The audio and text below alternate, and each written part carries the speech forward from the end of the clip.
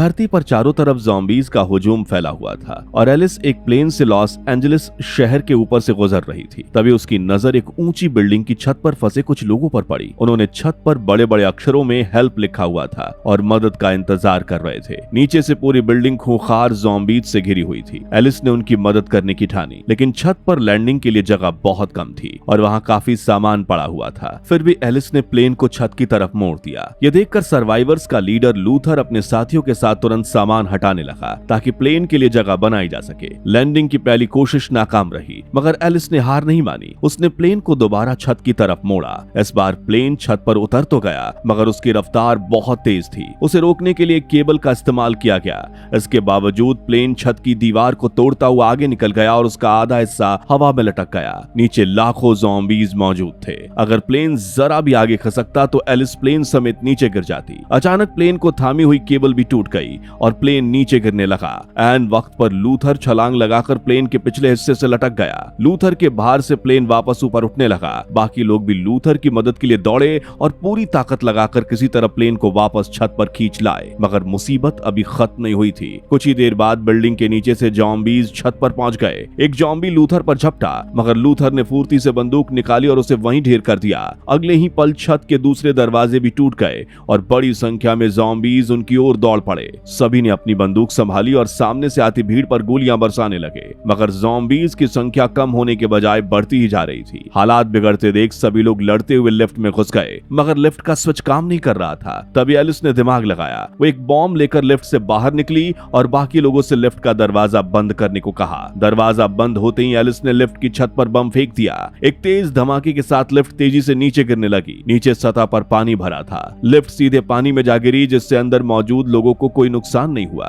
डूबने से पहले सभी लोग लिफ्ट से बाहर निकल गए और बाथरूम की तरफ भागे, जहां एक सुरंग के जरिए बाहर निकला जा सकता था। उधर छत पर एलिस अकेले ज़ॉम्बीज का सामना कर रही थी, मगर ज़ॉम्बीज की तादाद इतनी बढ़ चुकी थी कि उन्हें रोकना मुश्किल था। हालात बिगड़ते देख एलिस ने अपनी कमर से एक रस्सी बांधी और टाइम बम लगा बैग ज़ॉम्बीज के पीछे फेंक दिया। इसके बाद उसने बिना एक पल सोचे बिल्डिंग से नीचे छलांग लगा दी। एलिस के पीछे कई ज़ॉम्बीज भी नीचे कूद गए। उसी वक्त टाइम बम में जोरदार धमाका हुआ और छत पर मौजूद लगभग सारे ज़ॉम्बीज मारे गए। एलिस ने पहले से खुद को रस्सी से बांध रखा था, इसलिए वो उसी रस्सी के सहारे तेजी से बिल्डिंग के नीचे पहुंच गई, मगर वहां भी बड़ी संख्या में ज़ॉम्बीज मौजूद थे। एलिस ने अपनी बंदूक निकाली और ज़ॉम्बीज पर ताबड़तोड़ फायरिंग शुरू कर दी। वो रास्ता बनाते हुए लगातार आगे बढ़ती रही। तभी लूथर सामने एक शटर के अंदर दिखाई दिया। उसने एलिस को कवर देते हुए अपनी तरफ आने को कहा, मगर एलिस के सामने अभी भी ज़ॉम्बीज का पहाड़ खड़ा था। एलिस ने अपनी दोनों बंदूकें फेंकी और अपनी सबसे खतरनाक शॉटगन निकाली। जैसे ही एलिस ने फायर किया, उससे धारदार लोहे के सिक्के निकले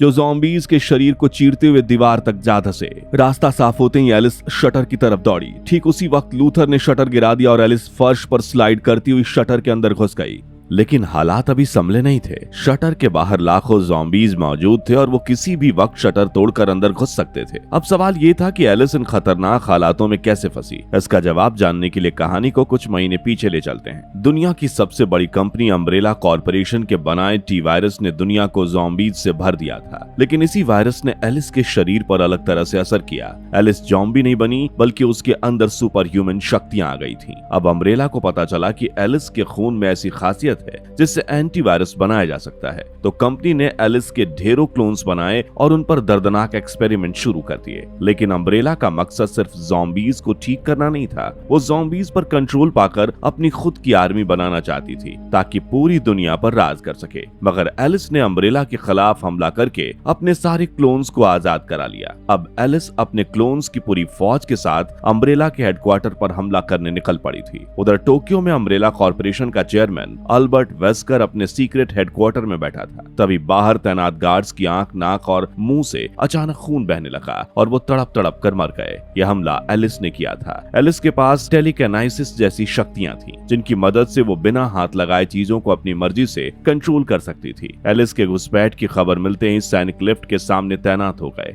लिफ्ट खुली, मगर अंदर कोई नहीं था। सैनिक सामने देखते रह गए और तभी एलिस ने पीछे से हमला कर दिया। निंजा स्टार और तलवार से उसने कुछ ही पलों में पूरे दस्ते को खत्म कर दिया। पलक झपकते ही दर्जनों और सैनिक वहां पहुंच गए। इस बार एलिस ने अपनी शक्ति का इस्तेमाल किया। उसकी आंखों के इशारे से ही एक तेज बवंडर उठा और सारे सैनिक तिनके की तरह उड़ गए। लेकिन अगले ही पल सैनिकों की दूसरी टीम पहुंची और उन्होंने एलिस को गोलियों से छलनी कर दिया।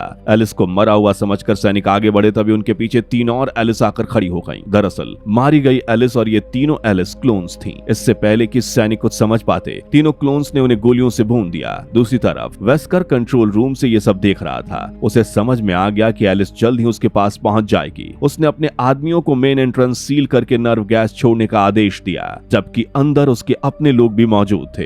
एक कर्मचारी ने इसका विरोध किया तो वेस्कर ने उसे गोली मार दी। वेस्कर पूरे हेडक्वार्टर को लॉक करने ही वाला था कि तभी ऊपरी मंजिल से एलिस की 2 और क्लोन्स ने उसकी ओर छलांग लगा दी। दोनों ग्रेनेड फेंकते और फायरिंग करते हुए नीचे उतरी, मगर वेस्कर भी एक पहुंचा हुआ शूटर था। उसने पहले एक और फिर दूसरी क्लोन को भी मार गिराया, मगर मरते हुए एक क्लोन ने 2 बमों की पिन खींच दी। अगले ही पल जोरदार धमाका हुआ। वेस्कर किसी तरह बच निकला और एयरक्राफ्ट लेकर हेडक्वार्टर से बाहर निकल गया। बाकी क्लोन्स ने एयरक्राफ्ट पर गोलियां बरसाई, मगर उसका कवच नहीं टूटा। बाहर निकलते ही वेस्पर ने अपने हेडक्वार्टर की जमीन के नीचे लगा एक बम एक्टिवेट कर दिया। कुछ ही सेकंड्स में पूरा हेडक्वार्टर भयानक धमाके के साथ तबाह हो गया और वहां कई किलोमीटर चौड़ा गड्ढा बन गया। एलिस के सारे क्लोन मारे गए। वेस्कर को लगा कि एलिस भी खत्म हो चुकी है, मगर असली एलिस तो पहले ही उसके एयरक्राफ्ट में छिपकर सवार हो चुकी थी। एलिस ने बंदूक सीधे वेस्कर के सिर पर तान दी, मगर वेस्कर ने पलटते उसके गर्दन में एंटीवायरस सीरम इंजेक्ट कर दिया। सीरम के असर से एलिस के अंदर मौजूद टी वायरस खत्म होने लगा। इसी वायरस ने एलिस को उसकी सुपर ह्यूमन शक्तियां दी थी। वायरस खत्म होते ही उसकी सारी शक्तियां चली गईं और एलिस फिर से एक आम इंसान बन गई। वेस्कर ने एलिस को बेरहमी से पीटना शुरू कर दिया। वह खुद को बचाने की हालत में भी नहीं थी। वेस्कर उसे गोली मारने वाला था कि एयरक्राफ्ट तेज रफ्तार से एक पहाड़ से जा टकराया। जोरदार टक्कर के बाद एयरक्राफ्ट बुरी तरह तबाह हो गया। एलिस किसी तरह मलबे से बाहर निकल आई, मगर वेस्कर का कोई अता पता नहीं था। एलिस ने अम्ब्रेला से अपना बदला ले लिया था और उसे खुशी थी कि अब वो एक नॉर्मल इंसान बन गई थी। बदला लेने के बाद अब एलिस एक साधारण जिंदगी जीना चाहती थी। इसी उम्मीद में वो अपने प्लेन से अलास्का निकल पड़ी। दरअसल वहां आर्केडिया नाम की एक जगह से लगातार रेडियो सिग्नल्स आ रहे थे, जिनमें दावा किया जाता था कि आर्केडिया वायरस और ज़ॉम्बीज से पूरी तरह सुरक्षित है और दुनिया के बचे हुए सारे सर्वाइवर्स वहीं बस गए हैं। मगर एलिस ने अलास्का का चप्पा चप्पा छान मारा, फिर भी ना आर्केडिया मिला और ना ही कोई सर्वाइवर। एक जगह उसे कई प्लेन्स खड़े दिखाई दिए, जैसे लोग उम्मीद में यहाँ पहुंचे हों और फिर कभी न लौट पाए हों, मगर वहां किसी इंसान का नामो निशान तक नहीं था। सच्चाई जानने के लिए एलिस आगे बढ़ी, तभी उसकी नजर पास खड़े एक प्लेन पर पड़ी जिसके अंदर कुछ हलचल हो रही थी। उसने बंदूकें निकाली और सावधानी से प्लेन के पास पहुंची। जैसे ही एलिस ने अंदर झांका, ज़ॉम्बी कौवों का एक बड़ा सा झुंड बाहर निकल आया। एलिस पीछे मुड़ी ही थी कि एक लड़की ने चाकू से उस पर हमला कर दिया। एलिस ने वार रोकते हुए उसे जमीन पर गिरा दिया। लड़की का चेहरा देखते ही एलिस चौंक गई। ये उसकी पुरानी साथी क्लियर थी, जो कुछ सर्वाइवर्स को लेकर आर्केडिया की तलाश में यहाँ आई थी। मगर क्लियर अब एलिस को पहचान भी नहीं रही थी। तभी एलिस की नजर क्लियर के सीने पर लगी मकड़ी जैसी डिवाइस पर पड़ी। एलिस समझ गई कि अम्ब्रेला की डिवाइस थी, जिसके जरिए क्लियर के दिमाग को कंट्रोल किया जा रहा था। उसने तुरंत डिवाइस निकाल दी। डिवाइस हटते ही क्लियर बेहोश होकर गिर गई। कुछ देर बाद होश आने पर भी उसे अपना अतीत याद नहीं था। वो न एलिस को पहचान पा रही थी और न ही अपने पुराने साथियों के बारे में कुछ बता पा रही थी। एलिस क्लियर को अपने प्लेन में लेकर वहां से निकल गई। कई घंटों की उड़ान के बाद दोनों लॉस एंजलिस पहुंची, वही शहर जहां ऊंची ऊंची इमारतें खंडहर बन चुकी थीं और सड़कों पर लाखों ज़ॉम्बीज घूम रहे थे। तभी एलिस की नजर एक बिल्डिंग की छत पर पड़ी। वहां लूथर और उसके साथी उसे मदद के लिए बुला रहे थे। अब यहाँ से कहानी ठीक उसी मोड़ पर आ पहुंची जहां से हमने कहानी की शुरुआत की थी। एलिस के छत पर प्लेन उतारने के बाद उसकी लूथर और बाकी सर्वाइवर से जान पहचान हुई। लूथर और उसके साथी एलिस को उम्मीद भरी नजरों से देख रहे थे। उन्हें लगा कि शायद एलिस को आर्केडिया के पास से भेजा गया है और वो उन्हें बचाने आई है, मगर एलिस ने साफ कर दिया कि उसे आर्केडिया से किसी ने नहीं भेजा। वो खुद आर्केडिया नाम की उस जगह को ढूंढ रही है। एलिस ने उन्हें यह भी बताया कि अलास्का में आर्केडिया नाम की कोई जगह थी ही नहीं। ये सुनकर लूथर ने एलिस को एक दूरबीन दी और समुद्र की तरफ देखने को कहा। दूरबीन से देखते ही एलिस के होश उड़ गए। समुद्र के बीच आर्केडिया नाम का एक विशाल जहाज खड़ा था। यानी आर्केडिया कोई शहर नहीं बल्कि एक जहाज था। उस जहाज से लगातार रेडियो सिग्नल आ रहे थे, जिसमें कहा जा रहा था कि वो जहाज ज़ॉम्बीज और टी वायरस से सुरक्षित है। अगर किसी को मदद की जरूरत हो तो वो यहाँ आ जाएं। लूथर और उसके साथियों को उम्मीद थी कि जहाज में बाकी सर्वाइवर्स भी मौजूद होंगे, मगर वहां पहुंचना आसान नहीं था। बिल्डिंग और जहाज के बीच ज़ॉम्बीज का पूरा समंदर था। बाहर निकलते ही सब मारे जाते। एलिस का प्लेन सही सलामत था, मगर उसमें सिर्फ 2 लोग बैठ सकते थे। इसलिए एलिस, लूथर और बाकी लोग जहाज तक पहुंचने की दूसरी योजना बनाने लगे। जिस बिल्डिंग में वो छिपे थे वो कभी जेल हुआ करती थी। उसकी मोटी दीवारें और मजबूत दरवाजे अब तक उन्हें ज़ॉम्बीज से बचाए हुए थे, मगर ज़ॉम्बीज जमीन के नीचे से भी अंदर घुस रहे थे। सुरंग बनाकर कुछ ज़ॉम्बीज चुपचाप बिल्डिंग में पहुंच चुके थे और खतरा सिर्फ ज़ॉम्बीज ही नहीं थे। अम्ब्रेला का बनाया एक विशाल दरिंदा भी धीरे धीरे बिल्डिंग की तरफ बढ़ रहा था। उसका शरीर फौलादी था और हाथ में मौजूद भारी कुल्हाड़ी किसी चट्टान तक को काट सकती थी। इन खतरों से बेखबर सर्वाइवर्स खाना खा रहे थे। इसके बाद लूथर एलिस को बेसमेंट में ले गया, जहां अम्ब्रेला का एक सैनिक कैद था। उसका दावा था कि वो सभी को बिल्डिंग से निकालकर सीधे आर्केडिया जहाज तक पहुंचा सकता है, मगर लूथर को उस पर भरोसा नहीं था। उसे शक था कि वो अपनी जान बचाने के लिए झूठ बोल रहा है, इसलिए उसे कैद रखा गया। रात गहरी हो चुकी थी और सभी आराम करने चले गए। एलिस बाथरूम में कपड़े बदल रही थी कि उसे किसी की आहट सुनाई दी। उसने गन उठाई और आवाज की तरफ बढ़ी। वहां एक सर्वाइवर छिपा हुआ था जो चोरी छिपे एलिस को नहाते हुए देख रहा था। वो माफी मांगने लगा। एलिस उससे पूछताछ करने ही वाली थी कि तभी एलिस के पीछे एक ज़ॉम्बी आ खड़ा हुआ। ज़ॉम्बी ने एलिस को दबोचने के लिए मुंह खोला, मगर एलिस ने पलटकर सीधे उसके मुंह में गोली दाग दी। अगले ही पल दूसरे ज़ॉम्बी ने उस आदमी का मुंह दबोचा और उसे जमीन के नीचे बनी सुरंग में घसीट ले गया। एलिस ने तुरंत सभी को बुलाया। सुरंग के नीचे झांकते उन्हें चारों तरफ ज़ॉम्बीज दिखाई दिए। अब साफ था कि बिल्डिंग ज्यादा देर सुरक्षित नहीं रहने वाली। जिंदा रहने के लिए उन्हें जल्द से जल्द आर्केडिया जहाज पहुंचना था। इसका बस एक रास्ता था, अम्ब्रेला का वो कैदी सोल्जर क्रिस। एलिस ने उसे आजाद कर दिया। आजाद होते ही क्रिस सबको एक बड़े लोहे के दरवाजे तक ले गया। उसने बताया कि उसके पीछे एक टैंक खड़ा है जिसमें सबके बैठने की जगह है। प्लान था कि टैंक में बैठकर ज़ॉम्बीज को कुचलते हुए वहां से निकला जाए, मगर वो लोहे का दरवाजा लॉक था। क्रिस ने बताया कि गैस कटर से इसे काटा जा सकता है। तब तक उधर बाहर अम्ब्रेला का वो जल्लाद पहुंच चुका था और अपनी भारी कुल्हाड़ी से लोहे के गेट पर वार करके उसे तोड़ने की कोशिश कर रहा था। लूथर और क्लेयर उस पर लगातार गोलियां बरसा रहे थे, मगर उस पर गोलियों का कोई असर नहीं हो रहा था। उस जल्लाद को रोकने के लिए किसी बड़े हथियार की जरूरत थी। तब क्रिस ने उन्हें बताया कि इस जेल के बेसमेंट में हथियारों का पूरा खदान पड़ा है। क्रिस, एलिस और एक और लड़की को लेकर हथियार लाने चला गया, मगर पूरा बेसमेंट पानी से भर चुका था। क्रिस ने चेतावनी दी कि इस पानी में ज़ॉम्बीज भी हो सकते हैं, फिर भी हथियार लाना जरूरी था, इसलिए तीनों पानी में उतर गए। पानी में रास्ता ढूंढते हुए एलिस और क्रिस तो दूसरी तरफ पहुंच गए, मगर उनके साथ आई लड़की को एक ज़ॉम्बी ने झपट लिया और नीचे खींच ले गया। अगले ही पल एक और ज़ॉम्बी एलिस पर झपटा। एलिस ने उसकी तरफ घूमकर अपनी तलवार सीधे उसके खुले मुंह में घोंप दी, मगर अब पानी के अंदर कई ज़ॉम्बीज उनकी तरफ बढ़ रहे थे। क्रिस और एलिस किसी तरह भागकर हथियारों वाले कमरे तक पहुंचे और दरवाजा बंद कर लिया। रेड फ्लेयर की रोशनी में उन्हें कमरे के अंदर कई सारे हथियार रखे दिखाई दिए, जिन्हें देखकर एलिस के चेहरे पर रौनक आ गई। वो क्रिस के साथ मिलकर हथियार समेटने लगी। उधर गैस कटर से लोहे का दरवाजा काट रहे टीम मेंबर्स कामयाब हो चुके थे। उन्होंने दरवाजा खोला तो सचमुच वहां एक बड़ा टैंक मौजूद था, लेकिन अगले ही पल उन तीनों ने जब टैंक का इंजन बाहर निकले हुए देखा तो उनकी सारी उम्मीद टूट गई। यानी टैंक से निकलने का प्लान बेकार हो चुका था। ये देखकर एक लालची आदमी बेकाबू हो गया। उसने अपने ही साथियों को गोली मार दी और एलिस का प्लेन लेकर अकेले ही वहां से भाग निकला। एलिस और बाकी सर्वाइवर्स बस देखते रह गए। इधर बिल्डिंग के नीचे अम्ब्रेला का जल्लाद दरवाजा तोड़कर अंदर घुस चुका था और उसके साथ ज़ॉम्बीज की पूरी बाढ़ भी आ गई थी। ज़ॉम्बीज छत पर पहुंच गए। एक ज़ॉम्बी लूथर पर झपटा, मगर लूथर ने समय रहते पलटकर उसे गोली मार दी। अगले ही पल चारों तरफ से ज़ॉम्बीज उन पर टूट पड़े। यही वो पल था जब एलिस ने अपनी सूझबूझ से अपने साथियों को लिफ्ट से नीचे भेज दिया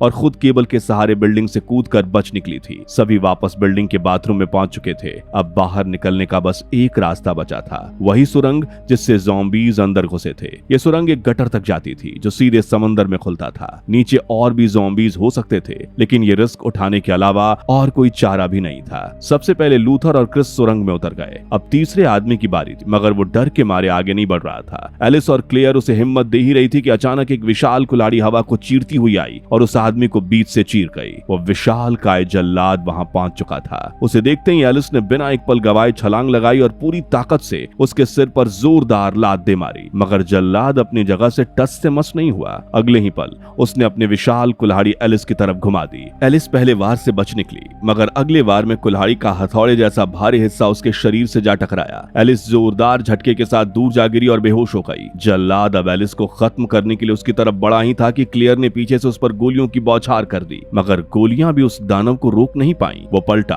और सीधे क्लेयर पर टूट पड़ा। क्लेयर जान बचाकर भागने लगी। जल्लाद लगातार उसके पीछे था। उसकी कुल्हाड़ी का हर वार इतना ताकतवर था कि दीवारें तक टूट रही थीं और रास्ते में आने वाले लोहे के पाइप पल भर में कटते जा रहे थे। क्लेयर ने अचानक दीवार का सहारा लिया और बैक फ्लिप करते हुए जल्लाद के पीछे जा पहुंची। तभी क्लेयर की नजर जमीन पर पड़ी एलिस की शॉटगन पर गई। क्लेयर पूरी रफ्तार से जल्लाद की तरफ दौड़ी। आखिरी पल में वो फर्श पर फिसली, शॉटगन उठाई और जल्लाद के ठीक सामने पहुंचकर उसके सिर पर सीधा फायर कर दिया। गोली लगते लगते ही जल्लाद घुटनों के बल गिर पड़ा। कुछ पल के लिए क्लेयर को लगा कि उसने उसे खत्म कर दिया, मगर अगले ही पल जल्लाद फिर उठ खड़ा हुआ। क्लेयर को संभलने का मौका भी नहीं मिला था कि तभी उस जल्लाद ने अपनी भारी कुल्हाड़ी उठाई और पूरी ताकत से क्लेयर की तरफ फेंक दी। कुल्हाड़ी क्लेयर के 2 टुकड़े करने ही वाली थी कि तभी एलिस तेजी से वहां आई और झपट कर क्लेयर को नीचे झुका दिया और कुल्हाड़ी उनके ऊपर से निकलती हुई दीवार में जा धंसी। एलिस ने बिना वक्त गवाए अपनी शॉटगन जल्लाद के सर पर तान कर ट्रिगर दबा दिया। जल्लाद के सिर के परखच्चे उड़ गए। इस बार वो जल्लाद हमेशा के लिए ढेर हो गया। एलिस और क्लेयर ने एक पल भी बर्बाद नहीं किया।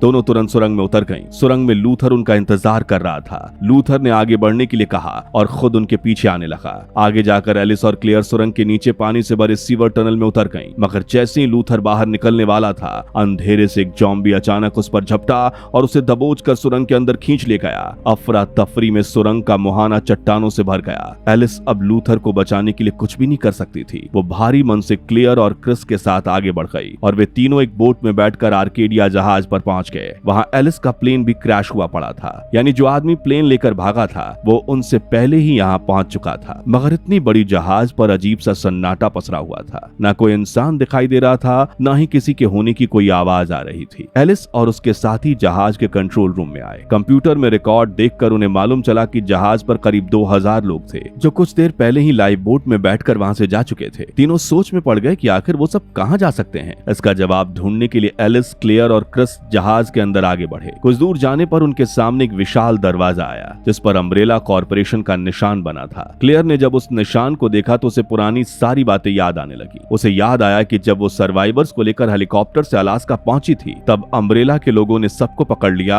और उनके सीने पर मकड़ी वाली कंट्रोल डिवाइस लगा दी थी। अम्ब्रेला सबको अपने साथ ले गई थी, लेकिन क्लेयर किसी तरह बच निकली थी। अब एलिस और क्लेयर के सामने सच्चाई साफ थी। आर्केडिया का सुरक्षित ठिकाना होने का दावा सिर्फ अम्ब्रेला की चाल थी। वो बचे हुए सर्वाइवर्स को पकड़कर उन पर खतरनाक एक्सपेरिमेंट कर रहे थे। इसी बीच सामने का दरवाजा अपने आप खुल गया। अंदर का नजारा देखकर तीनों चौंक उठे। सामने एक बड़ा सा खाली हॉल था, जो सफेद रोशनी से जगमगा रहा था। अगले ही पल फर्श के नीचे से कई बड़े बड़े पॉड्स बाहर निकलने लगे। उनके अंदर हजारों इंसान कैद थे, जिन पर अम्ब्रेला एक्सपेरिमेंट कर रहा था। उन्हीं में से एक पॉड के अंदर एलिस की पुरानी साथी भी बंद थी। उन्होंने उसे बाहर निकाला, मगर होश में आने के बाद पता चला कि उसकी यादाश्त भी मिट चुकी थी। तभी एलिस की नजर फर्श पर फैले खून के निशानों पर पड़ी, जो एक बड़े दरवाजे तक जा रहे थे। एलिस जैसे ही उनके करीब पहुंची, दरवाजा अपने आप खुल गया। अंदर का नजारा देखते ही एलिस के होश उड़ गए। एलिस के सामने बैठा था अम्ब्रेला का सबसे बड़ा खिलाड़ी अल्बर्ट वेस्कर, जो पिछले प्लेन क्रैश में बच गया था, क्योंकि उसके शरीर में टी वायरस पहले से ही मौजूद था, जिसने उसके सेल्स को वापस जिंदा किया। दरअसल वेस्कर दुनिया का सबसे ताकतवर इंसान बनना चाहता था, इसलिए उसने अपने अंदर टी वायरस इंजेक्ट किया था। इस वायरस ने वेस्कर को शक्तियां तो दी, मगर उसे काबू रखने के लिए वेस्कर को इंसानी डीएनए की जरूरत थी। इसलिए वेस्कर बहुत समय से दुनिया में बचे हुए सर्वाइवर्स को सुरक्षित ठिकाने का झांसा देकर इस शिप पर लाता था और उनका डीएनए अपने अंदर सोखता था, ताकि वायरस कंट्रोल में रहे। मगर अब वेस्कर के अंदर मौजूद वायरस फिर से बेकाबू होने लगा था। साधारण इंसानों का डीएनए अब उसके काम नहीं आ रहा था। उसने एलिस को भी झांसा देकर यहाँ इसलिए बुलाया था क्योंकि एलिस ही एक ऐसी इंसान थी जिसके शरीर ने वायरस के साथ सबसे बेहतर तालमेल बिठा लिया था और उसे सुपर ह्यूमन ताकतें मिल गई थी। इसलिए वेस्कर को यकीन था कि अगर वो एलिस का डीएनए अपने अंदर ले लेता है तो वायरस को पूरी तरह कंट्रोल में रख पाएगा। तभी वेस्कर के पीछे से 2 खूंखार ज़ॉम्बी कुत्ते बाहर निकल आए। एलिस ने तुरंत अपनी शॉटगन उठा ली, मगर उसी वक्त एलिस के पीछे वही लालची आदमी बंदूक लेकर वहां पहुंचा जो प्लेन लेकर भागा था। मजबूर होकर एलिस को अपनी दोनों शॉटगन नीचे फेंकनी पड़ी। वो आदमी भी अब वेस्कर का चमचा बन चुका था। वो एलिस को मारने वाला था कि एलिस ने पलटकर उसे ऐसी जोरदार लात मारी कि वो और उसकी बंदूक अलग अलग दिशाओं में जा गिरे। एलिस अपनी बंदूक उठाने बढ़ी, मगर दोनों ज़ॉम्बी कुत्ते उसके रास्ते में आ गए। अब वो पहले से भी ज्यादा खूंखार हो चुके थे। देखते ही देखते उनके सिर 2 हिस्सों में फट गए और अंदर से धारदार दांतों से भरे जबड़े बाहर निकल आए। दोनों कुत्तों ने एलिस को घेर लिया। इतने में क्लेयर और क्रिस भी वहां पहुंच गए। उन्होंने वेस्कर पर गोलियां चला दी, मगर वेस्कर अब साधारण इंसान नहीं रहा था। उसकी रफ्तार गोलियों से भी तेज थी। उसने चंद सेकंड्स में क्रिस और क्लेयर को घायल कर दिया और दोनों को पॉड्स में कैद कर दिया। इधर एक ज़ॉम्बी कुत्ता एलिस पर झपटा। एलिस ने एंड वक्त पर खुद को बचाया और अपनी बंदूक से उसके परखच्चे उड़ा दिए। गोली ऊपर लगी कांच के एक डिस्प्ले से टकराई और वो भी टूटकर एलिस पर बरसने लगी। इतने में दूसरा कुत्ता भी उसकी तरफ दौड़ पड़ा। एलिस ने तुरंत कांच के एक बड़े टुकड़े पर जोरदार लात मारी और कांच हवा में घूमता हुआ सीधा उस कुत्ते के खुले जबड़े में जा घुसा और वो भी वहीं ढेर हो गया। मगर इसी दौरान उस लालची आदमी ने पीछे से एलिस के हाथ में चाकू घोंप दिया। एलिस दर्द से तड़प उठी। मौके का फायदा उठाकर वेस्कर भी उसके पास आ गया। वेस्कर के मुंह से कांटेदार टेंटिकल्स बाहर निकल रहे थे जो एलिस को दबोच बचने के लिए उसकी तरफ बढ़ रहे थे। वेस्कर एलिस को पकड़ पाता उससे पहले ही एलिस ने अपने हाथ में धंसा हुआ चाकू खींचकर निकाल लिया और उसे सीधा वेस्कर के सिर में घोंप दिया, मगर वेस्कर फिर भी नहीं मरा। उसने चाकू बाहर निकाला और उसके घाव अपने आप ही भर गए और दोबारा अपने मुंह से टेंटिकल्स निकालकर एलिस के पास आने लगा। इस बार एलिस के पास बचने का कोई रास्ता नहीं था। तभी एलिस की सर्वाइवर साथी वहां पहुंची और उसने एक शॉटगन एलिस की तरफ उछाल दी। एलिस ने बंदूक लपकी और उसे सीधा वेस्कर के मुंह पर ताना और ट्रिगर दबा दी। गोली उसके सिर को चीरती हुई निकल गई और वेस्कर का शरीर जमीन पर जा गिरा। एलिस ने तुरंत कंट्रोल डिवाइस की मदद से क्लियर और क्रिस को पॉड से बाहर निकाल लिया। दोनों ने भी गुस्से में वेस्कर पर गोलियों की बौछार कर दी। इस बार वेस्कर को वहीं छोड़कर एलिस, क्लियर और क्रिस आगे बढ़ गए। उस लालची आदमी को भी उन्होंने उसी कमरे में बंद कर दिया। अब उसे उसी दरिंदे के सामने छोड़ दिया गया था जिसके लिए उसने अपने साथियों से गद्दारी की थी। इसके बाद एलिस और उसके साथियों ने जहाज में कैद हजारों सर्वाइवर्स को आजाद कर दिया। सब कुछ सही जा रहा था, मगर तभी पता चला कि वेस्कर फिर गायब हो चुका है। उसके घाव अपने आप भर चुके थे और वो एक एयरक्राफ्ट लेकर भाग निकला था। जहाज से दूर जाते ही वेस्कर ने जहाज में लगा एक बम एक्टिवेट कर दिया। ये बम एलिस समेत पूरे जहाज को एक ही झटके में उड़ा सकता था। जैसे ही काउंटडाउन शुरू हुआ, वेस्कर को अपनी एयरक्राफ्ट से टिक टिक की आवाज सुनाई दी। उसने जाकर देखा तो बम उसके ही एयरक्राफ्ट में रखा हुआ था। यह एलिस का काम था, जिसने वेस्कर की चाल पहले ही समझकर बॉम्ब को उसकी ही एयरक्राफ्ट में रख दिया था। वेस्कर अपना बचाव कर पाता उससे पहले एक भयानक धमाका हुआ और उसका एयरक्राफ्ट आग के एक विशाल गोले में बदल गया। एलिस, क्लियर और क्रिस हंसते हुए दूर से उस धमाके को देख रहे थे। अब आर्केडिया जहाज पर कैद सारे सर्वाइवर आजाद थे। उन्हें लगा कि उन्होंने सारी मुसीबतों को हरा दिया है, लेकिन ये सोचना उनकी भूल थी, क्योंकि असली मुसीबत तो अभी भी आसमान से बरसने वाली थी। अचानक एक के बाद एक दर्जनों एयरक्राफ्ट आर्केडिया के ऊपर मंडराने लगे। हर एयरक्राफ्ट भारी हथियारों से लैस था और उनके अंदर अम्ब्रेला के सैनिक बैठे थे। एलिस का सामना अब तक की सबसे बड़ी सेना से होने वाला था और इस सेना की कमान किसी और के हाथ में नहीं, बल्कि उसकी पुरानी दोस्त जिल वैलेंटाइन के हाथ में थी। वही वैलेंटाइन जो कभी एलिस के साथ मिलकर अम्ब्रेला के खिलाफ लड़ी थी, पर वो अब एलिस की सबसे बड़ी दुश्मन बन चुकी थी। लेकिन असली खतरा वैलेंटाइन और उस सेना से भी कहीं बड़ा था, क्योंकि ये पूरी सेना अम्ब्रेला कॉर्पोरेशन के आदेश पर नहीं, बल्कि एक रहस्यमयी ताकत के इशारे पर चल रही थी, जिसने अम्ब्रेला कॉर्पोरेशन जैसी ताकतवर कंपनी को भी अपने कब्जे में कर लिया था। उस शैतान का एक ही मकसद था,